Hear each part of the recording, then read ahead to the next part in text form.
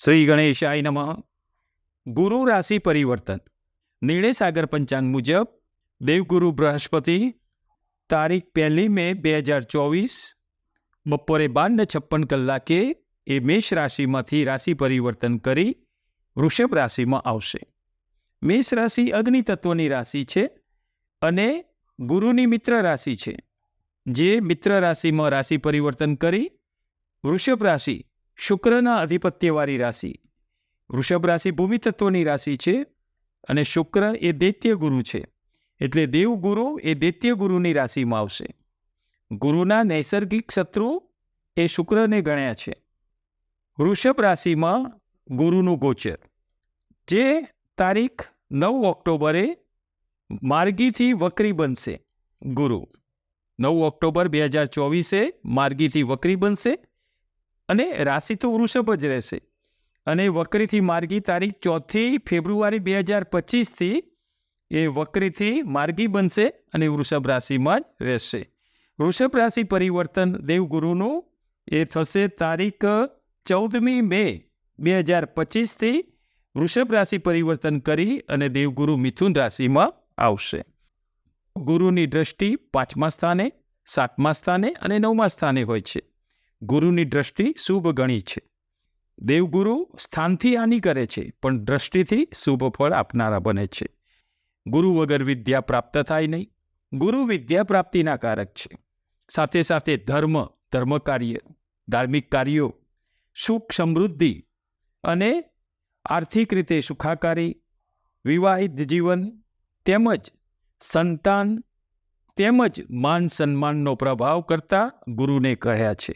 આ વસ્તુ ઉપર એમનો પ્રભાવ રહેલો છે. ગુરુને માર્ગદર્શન કારક પણ કીધા છે. કોઈ પણ માર્ગદર્શન ગુરુથી મળે. દિશા સૂચક, કોઈ સાચી દિશા ગુરુ જ્ઞાનથી પ્રાપ્ત થાય.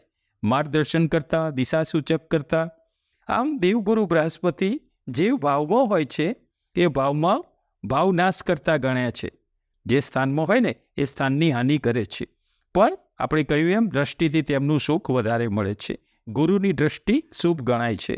અહીં વૃષભ રાશિમાંનું ગુરુનું 1 વર્ષનું આ ગોચર એ કૃતિકા નક્ષત્ર, રોહિણી નક્ષત્ર અને મૃગશીર્ષ નક્ષત્રથી આ ગોચર છે. જે ક્રમશઃ સૂર્ય, ચંદ્ર અને મંગળના નક્ષત્ર છે.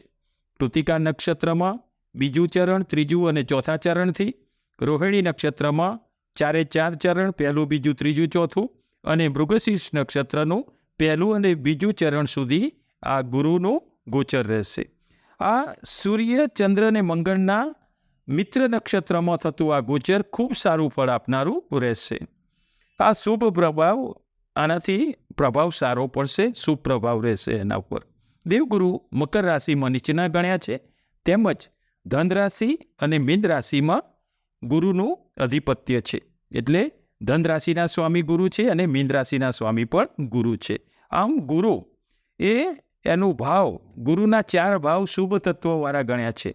દેહ સ્થાનમાં, પહેલા દેહ સ્થાનમાં શુભ તત્વ છે, બીજું ધન અને કુટુંબ સ્થાનમાં, 5મું વિદ્યા અને સંતાન સ્થાનમાં અને 9મું ભાગ્ય સ્થાનમાં આ ગુરુનું એ શુભ તત્વ ગણાય છે. 1/5/2024 વૃષભ રાશિમાં થતું આ રાશિ પરિવર્તન મેષ રાશિથી મીન રાશિ માટે કેવું રહેશે, કેવું ફળ આપનારું રહેશે તે વિશેની આપણે માહિતી અહીંયા જાણીશું. અહીંયા તમારે તમારી રાશિ મુજબ તેમજ તમારી જન્મકુંડળીમાં કયું લગ્ન છે તે પણ તમારે જોવાનું રહેશે. દાખલા તરીકે તમારી રાશિ મેષ છે અને જન્મકુંડળીમાં તમારું લગ્ન તુલાનું છે, તો બંનેનું તમારે સાંભળવાનું. મેષનું પણ સાંભળવાનું અને તુલાનું પણ સાંભળવાનું. એમાં એકમાં સારું ફળ આપનારા હોય અને બીજામાં મધ્યમ ફળ ગણ્યું હોય તો આ બંનેનું સારાંશ જોઈને મધ્યમ રહેશે.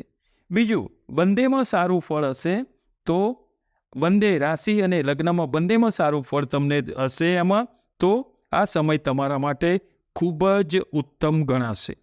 અહીં તમારી જન્મકુંડળીના ગ્રહોની અસર તેમજ તમારી જે રાશિમાં મહાદશા ચાલતી હોય એ પણ તમારે ધ્યાનમાં રાખવાની રહેશે. જો તમારી કુંડળીમાં કોઈ પાપગ્રહની યુતિ નહીં હોય તેમજ મહાદશા પણ નહીં હોય તો તમને આ ગુરુનું શુભ ફળ જે વૃષભ રાશિનું ગોચર છે એમાં તમને શુભ ફળ જોવા મળશે. આમ ગુરુનું વૃષભ રાશિમાં થતું આ રાશિ પરિવર્તન એનું શુભ ફળ કેવી રીતે આપનારા થાય છે એના વિશે આપણે મેષ રાશિથી મીન રાશિ સુધીનું આપણે જોઈશું. કર્ક રાશિ, અક્ષર ડ. તારીખ 1 મે 2024થી ગુરુનું વૃષભ રાશિનું ગોચર તમારી રાશિથી 11મા લાભસ્થાનેથી થશે. 11મા લાભસ્થાનેથી થતું આ ગોચર એ તમારા માટે આવકનું એક સ્તોત્ર ઊભું કરશે. તમને લાભ કરતા રહેશે. 11મું લાભસ્થાન છે. તમારી રાશિના સ્વામી ચંદ્ર છે, જે મનના કારક છે. અહીંયા ચંદ્રના પરમ મિત્ર ગુરુ છે. ગુરુ એ ચંદ્રના મિત્ર છે. મિત્ર નહીં, પરમ મિત્ર કહેવાય. આથી અહીં ગુરુનું આ ગોચર તમને નાણાકીય આયમાં વધારો કરાવે. સારો એવો વધારો આર્થિક રીતે થાય. ગુરુ એ સુખ આપનારા ગ્રહ છે. એમાં વિશેષ રૂપે 11મા લાભસ્થાને ગુરુ જ્યારે ગોચર કરે છે ત્યારે દરેક સારી કામનાઓ ગુરુ કૃપાથી, સારી બધી અપેક્ષાઓ પૂર્ણ કરનારા આ ગુરુ હોય છે. ગુરુ કૃપાથી તમારી મનોકામનાઓ એ પૂરી થતી હોય છે. તેમજ ઐશ્વર્યની પ્રાપ્તિ પણ ગુરુ કૃપાથી થાય છે. અને વાહન સુખ આપનારા આ ગુરુ અહીંયા તમને સારું ફળ આપશે. અહીંયા ગુરુની 5મી દ્રષ્ટિ તમારી રાશિથી 3જા સ્થાને, અહીં 3જું સ્થાન એ પરાક્રમનું સ્થાન છે, ભાઈ ભાંડુઓનું છે. અહીંયા તમને ભાઈઓથી સારું સુખ મળે. તમારા કાર્યમાં વૃદ્ધિ થાય. સારી પોઝિટિવિટીથી સારું કાર્ય તમે કરી શકો. તમારા પરાક્રમમાં વૃદ્ધિ કરાવે. સાથે સાથે જો તમારો ભાગીદારીનો ધંધો હોય તો અહીંયા તમને ભાગીદારીથી પણ લાભ કરતા બને. તમને એવો સારો લાભ અહીંયા ગુરુ કૃપાથી મળે. અહીંયા આરોગ્યમાં પણ તમારું ગુરુ કૃપાથી કોઈ તકલીફ રહેશે નહીં. આરોગ્ય સારું રહેશે. ગુરુની 7મી દ્રષ્ટિ તમારી રાશિથી 5મા સ્થાનેથી રહેશે. અહીંયા તમને તમારા સંતાનનું સુખ સારું મળે. તેમનો પ્રોગ્રેસ જોઈ પ્રસન્નતા અનુભવાય. અહીંયા 5મું સ્થાન વિદ્યાસ્થાન ગણ છે. અહીં વિદ્યાર્થીઓ માટે આ ગુરુનું ગોચર વિદ્યાભ્યાસને લઈને આ ખૂબ જ સારું છે. આ વર્ષ વિદ્યાર્થીઓ માટે ખૂબ જ ઉત્તમ ફળ આપનારા રહેશે. તમને તમારી મહેનતનું 100% ફળ એક ગુરુ આપશે. ગુરુ કૃપાથી તમને વિદ્યાભ્યાસમાં સારો તમે ગોલ પ્રાપ્ત કરી શકશો. ગુરુની 9મી દ્રષ્ટિ તમારી રાશિથી 7મા સ્થાનેથી રહેશે. 7મું સ્થાન જીવનસાથીનું છે, કલત્ર સ્થાન. અહીં તમને તમારા જીવનસાથીનો સાથ સહકાર મળી રહે. એમના સ્નેહમાં વધારો થાય. આમાં જેના લગ્ન ન થયા હોય તેવાઓ માટે લગ્ન ઉત્સુક માટે આ સમય ખૂબ જ સારો રહેશે. તમને યોગ્ય જીવનસાથી મળી રહે.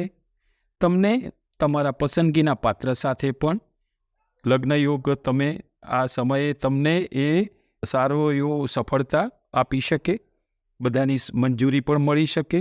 આવા યોગ આ બની શકે છે. અહીંયા વ્યવસાયને અનુલક્ષીને મોટી યાત્રાના યોગ બને. કામ નોકરીના વ્યવસાયની રીતે તમે ક્યાંક મોટી મુસાફરી કરી શકો. તેમજ તમે ધર્મને અનુરૂપ ધાર્મિક યાત્રા પણ તમે અહીંયા કરી શકો. તો આ વૃષભ રાશિમાં થતું ગુરુનું ગોચર ઓવરઓલ જોઈએ તો તમારા માટે આર્થિક અને શારીરિક રીતે ખૂબ જ ઉત્તમ ફળ આપનારું રહેશે. નમો નારાયણ.